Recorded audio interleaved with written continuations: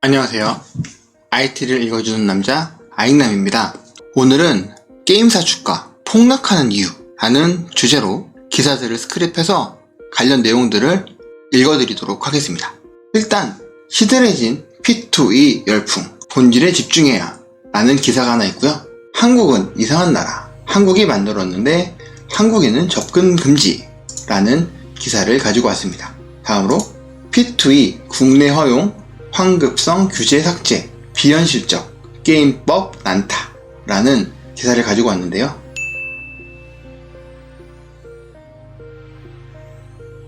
시들해진 P2E 게임 열풍, 본질에 집중해야 한다 라는 기사를 읽어드리겠습니다. 일단 투자 가치보다는 게임 내 자산, 소유권 관점에서 바라봐야 한다 라는 이야기가 있는데요. 국내외 게임 시장을 강타했던 P2E 게임 열풍이 최근 들어 시들해진 모습이다. 대표적으로 11월 28,000원까지 올랐던 위믹스 코인은 현재 4,000원을 밑돌고 있고 24만원을 넘었던 위메이드 주가도 7만원 후반대를 기록 중이라고 합니다. 또 P2E 게임으로 주가를 부양했던 다른 게임사들 주가도 큰 폭으로 떨어졌는데 24만원을 기록했던 컴투스 홀딩스의 주가는 3분의 1 토막 난 상황이고 10만원을 기록했던 네오위즈 홀딩스도 최근 3만원 후반대를 기록 중이라고 합니다. P2E 게임은 끝난 것일까요? 그렇진 않다 라는 의견을 내면서 최근 P2E 게임이 주춤한 것은 P2E 게임을 단순히 투자 수단으로만 봤기 때문에 발생하는 문제다. 그래서 P2E 게임, 다시 말해 블록체인 게임의 본질은 NFT 등을 활용해서 유저가 게임 내 자산을 통제하고 소유한다는 점이 제일 큰 장점이죠. 기존 게임에서는 이용 약관을 근거 삼아서 게임 내 최종적인 자산을 게임 개발사가 보유하고 있는 경우가 대부분인데 게임 A의 자산을 게임 B로 이동시키는 것 또한 불가능했죠. 근데 블록체인 게임에서 자산은 NFT를 통해 유저에게 기속되기 때문에 개인 간 거래도 자유롭고 A 게임 자산은 같은 블록체인 기반의 빅게임으로 이동시키는 것도 가능해지죠. 그리고 기존에 통용했던 암호화폐를 사용하는 블록체인 게임의 경우 게임 내 자산을 암호화폐로 바꿔서 실물 경제에 사용할 수도 있다. 게임을 통해서 실제 돈을 버는 게 가능해지는데 P2E의 개념이 이렇습니다. 그리고 현재 이렇게 블록체인 게임이나 MMORPG 장르가 나올 정도로 기술이 빠른 속도로 발전을 하고 있다 라는 이야기들이 나오는데요. 특히 올해부터 넷마블, 카카오게임즈 등 대형 게임사들이 본격적으로 이 NFT를 통한 P2E 게임에 뛰어들기 시작을 했고 이미 시장을 어느 정도 장악하고 있는 대형 게임사가 뛰어들었다는 것은 그만큼 시장성이 보장되었다는 것을 의미하기도 한다 라는 이야기를 합니다. 그러면서 여기 내용에서는 크로매틱 소울이라는 게임을 대표적인 예로 들면서 이렇게 게임성이 좋은 게임들이 NFT 기반의 P2E 모델을 가지고 출시가 되고 있으니 게임의 투자 가치보다는 게임 내 재화를 이제 유저가 소유할 수 있다는 것이 핵심이다. 그리고 해당 재화를 다음 게임으로 옮겨가거나 현실에서 사용하는 것도 본격적으로 가능해진다. 이를 통해 다양한 부가가치를 창출할 수 있고 그 중간에서 수많은 신규 산업이 등장할 것으로 전망된다. 이렇게 게임 산업 자체를 긍정적으로 바라보는 기사였습니다. 그런데 다음 기사를 보시면 한국은 이상한 나라다. 한국이 만들었는데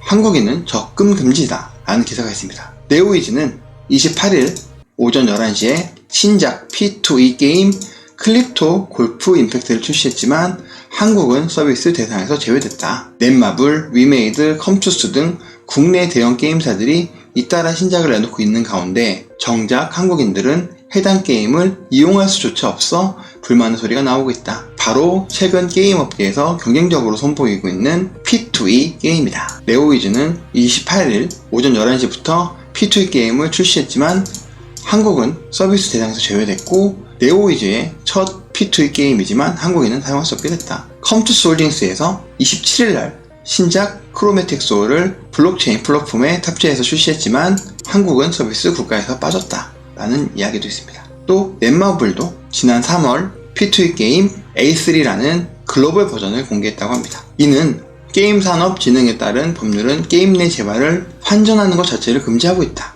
게임물 관리위원회는 여기에 근거해서 P2E 게임을 사행성 등을 이유로 등급을 내주지 않고 있다고 합니다. 그렇기 때문에 P2E 출시를 준비 중인 국내 게임사들은 한국을 제외하고 해외에서만 서비스를 계획하고 있어서 게임 이용자들이 우리나라는 외국과 반대로 걷느냐 등의 불만을 쏟아내고 있다고 합니다. 게임업계도 게임 산업 활성화를 위한 규제 완화를 촉구하고 있고요. 방중혁 넷마블 의장은 지난 1월 기자간담회에서 많은 국내외 게임사들이 블록체인 게임을 준비 중인데 한국에서만 서비스를 못하는 게 안타깝다라고 말한 적 있다고 하네요. 그런 내용 관련된 비현실적 게임법 난타라는 기사를 마지막으로 들고 왔는데요. 한국게임법과 정책학계 세미나가 열려서 현행법으로 P2E 규제는 비현실적이다 라는 서브 제목이 있습니다. 블록체인 플랫폼을 활용한 게임 서비스의 활성화는 P2E 규제가 오류라는 점을 분명하게 드러내고 있다.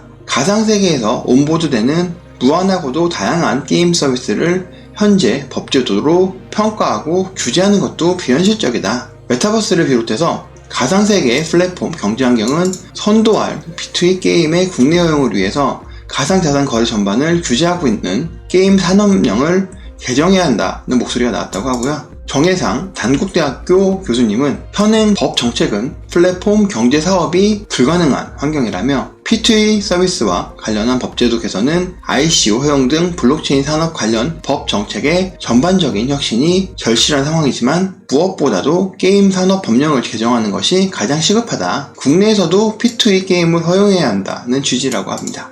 네, 그러면서 그는 P2E 게임이 이용자의 자유로운 수익 활동을 전제로 하는 서비스인 만큼 다양한 가상자산의 현금 거래가 직접적으로 이루어지는 게 불가피한 서비스 유형이라고 봤다. 정 교수는 대통령령에서 정한 거래 제한 대상은 삭제돼야 한다 라며 이 규정을 삭제하는 건 이용자의 P2E 거래가 이용자의 자유에 속한다는 점, P2E 게임 사업이 정상적인 영업행위라는 점을 확인하는데 의미를 가진다 라고 강조했습니다. 또한 이승민 성균관대 교수도 게임산업법의 황금성 규제를 제거하는 데 뜻을 모았는데요. 이 교수는 2006년 바다의 이야기 사태 이후에 만들어진 황금성 금지 조항이 PC와 모바일 게임까지 다 규제하는 건 문제로 사행성 규제는 게임 산업에서 제거하는 것이 맞다며 현행 특금법, 특정 금융거래, 보고 및 이용 등에 대한 법률은 게임을 제외하고 있는데 환급이 되지 않기 때문이다 라며 만약 게임법이 바뀌면 특금법 역시 바뀔 가능성이 있다라고 내다봤다고 합니다. 이런 기사들이 다양하게 나오고 있는데요. 저 또한 이런 기사들의 의견에 매우 공감하는 바이고 제가 즐겨하고 있는 게임 중에 하나인 오딘이라는 카카오 게임즈에서 나온 게임을 하나로 예를 들면 이런 식으로 게임 내에 들어가는 재화인 다이아를 현금으로 판매를 하고 있습니다. 이 자체가 게임에 들어가는 일부 아이템들을 현금으로 게임사에서 측정을 해놨다는 뜻이고요. 이렇게 측정된 다이아라는 재화를 얻기 위해서 다양한 아이템들을 판매하고 거래를 하면서 게임 내에서 다이아를 얻기 위한 활동을 하고 있습니다. 그래서 다이아를 현금을 가지고 구매를 하는 유저분들도 있을 것이고 그 현금분들이 구매한 다이아를 가지고 구매한 아이템을 판매를 해서 수익화를 만들려는 유저들도 분명히 발생을 할 수밖에 없게 되는 게임 전반의 구조가 있습니다. 또한 아이템페이, 아이템 매니아, 게임을 하는 사람이라면 무조건 알고 있을 그런 게임 거래 사이트들도 존재를 엄연히 하고 있고 그곳에 가면 일정 수수료를 내면 게임 아이템을 구매할 수 있고 아이템을 판매할 수도 있게 됩니다. 구조가 되어 있고